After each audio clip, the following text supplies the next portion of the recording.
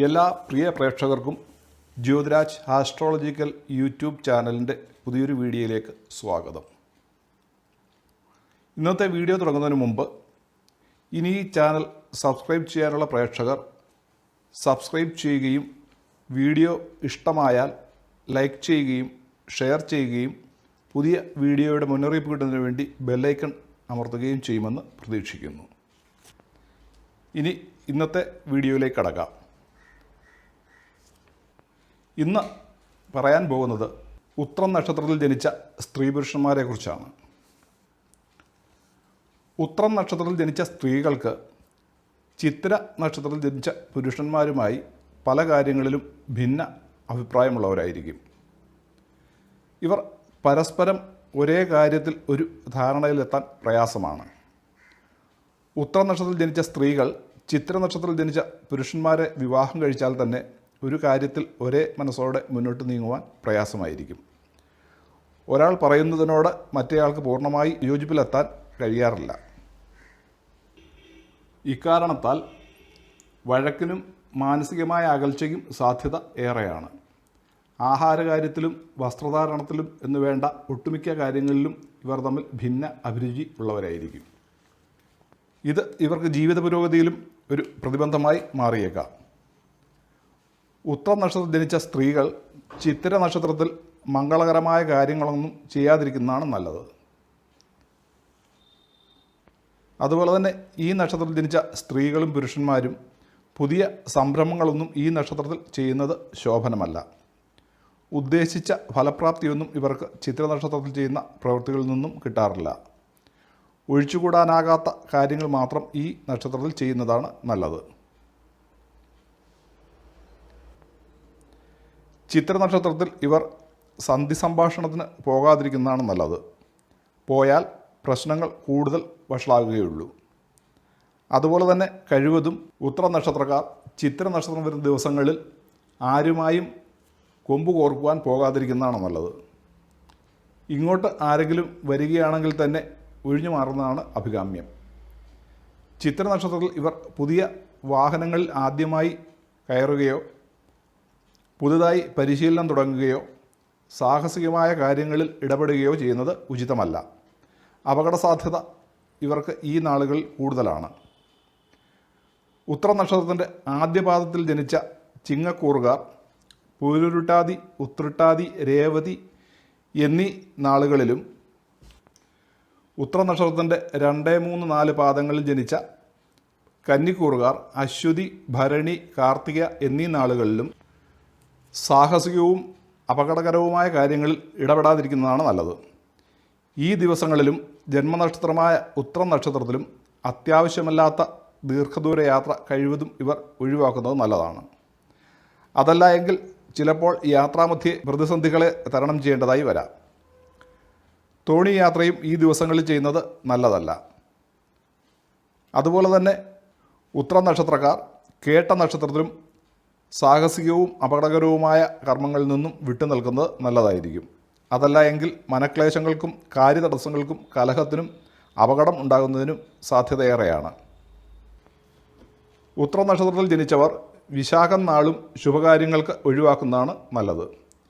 ഈ നാൾ ചെയ്യുന്ന ശുഭകാര്യങ്ങൾ പൂർണ്ണ ഫലപ്രാപ്തിയിൽ എത്താറില്ല.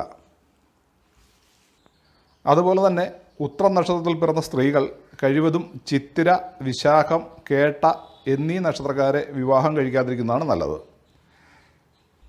വിവാഹപ്പൊരുത്തം സ്ത്രീ നക്ഷത്രം മുതൽ നോക്കുന്നതിനാൽ ഉത്രം നക്ഷത്രത്തിൽ ജനിച്ച പുരുഷന്മാർ മേൽപ്പറഞ്ഞ ചിത്തിര, വിശാഖം, കേട്ട എന്നീ നക്ഷത്രക്കാരെ അത്യാവശ്യം സ്വീകരിക്കാവുന്നതാണ്.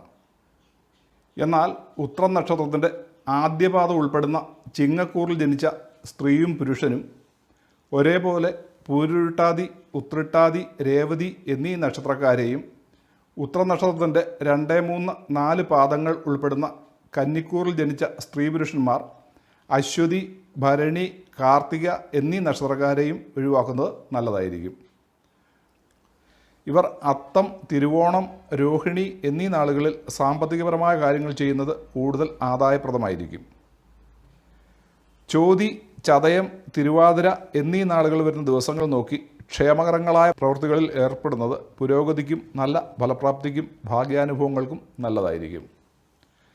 ഇവർ മൂലം, മകം, പൂരാടം, പൂരം എന്നീ നാളുകളിൽ ജനിച്ചവരുമായും ഉത്രം നക്ഷത്രത്തിൻ്റെ 1-ാം പാദത്തിൽ ജനിച്ച ചിങ്ങക്കൂറുകാർ അശ്വതി നക്ഷത്രത്തിൽ ജനിച്ചവരുമായും ഉത്രം നക്ഷത്രം 2, 3, 4 പാദത്തിൽ ജനിച്ച കന്നിക്കൂറുകാർ ഭരണി നക്ഷത്രത്തിൽ ജനിച്ചവരുമായും മൈത്രിയിൽ ഏർപ്പെടുന്നതും കൂടുതൽ ആശയവിനിമയം നടത്തി അഭിപ്രായങ്ങൾ ആരായുന്നതും ശുഭകരമായിരിക്കും.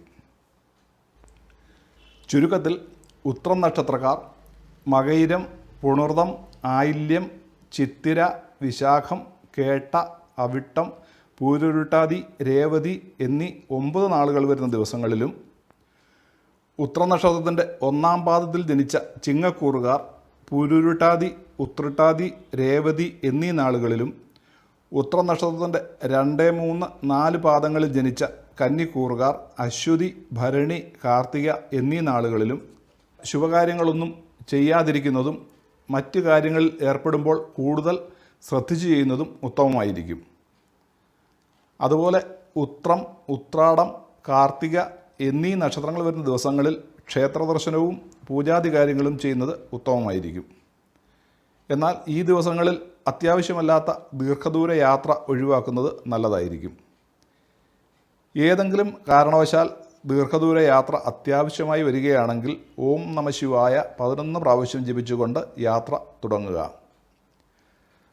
മേൽപ്പറഞ്ഞ നാളുകൾ ഒഴികെ മറ്റ് എല്ലാ നാളുകളും ഉത്രം നക്ഷത്രക്കാർക്ക് നല്ല നാളുകളായിരിക്കും. ഇവയിൽ അതാത് ശുഭകർമ്മങ്ങൾക്ക് പറ്റിയ നാളുകൾ തിരഞ്ഞെടുത്ത് നല്ല കാര്യങ്ങൾ ചെയ്യുക. എന്നാൽ സാമ്പത്തികപരമായ കാര്യങ്ങളും ധനവും മറ്റ് ദ്രവ്യങ്ങളും കൊടുക്കുന്നതും വാങ്ങുന്നതും ഉത്രം, കാർത്തിക, മകം, മൂലം എന്നീ നാളുകളിൽ പാടില്ല. അപ്പോൾ മേൽപ്പറഞ്ഞ കാര്യങ്ങളിൽ അല്പം ശ്രദ്ധ കേന്ദ്രീകരിച്ച് ശുഭാശുഭ കർമ്മങ്ങൾ ചെയ്യുകയാണെങ്കിൽ അതുമൂലം മനക്ലേശങ്ങളും ബുദ്ധിമുട്ടുകളും കഷ്ടനഷ്ടങ്ങളും ഒഴിവായി കിട്ടുകയും ശുഭഫലങ്ങൾ കൂടുതലായി അനുഭവത്തിൽ വരികയും ചെയ്യും. സൂക്ഷിച്ചാൽ ദുഃഖിക്കേണ്ട എന്നാണല്ലോ പറയുന്നത്.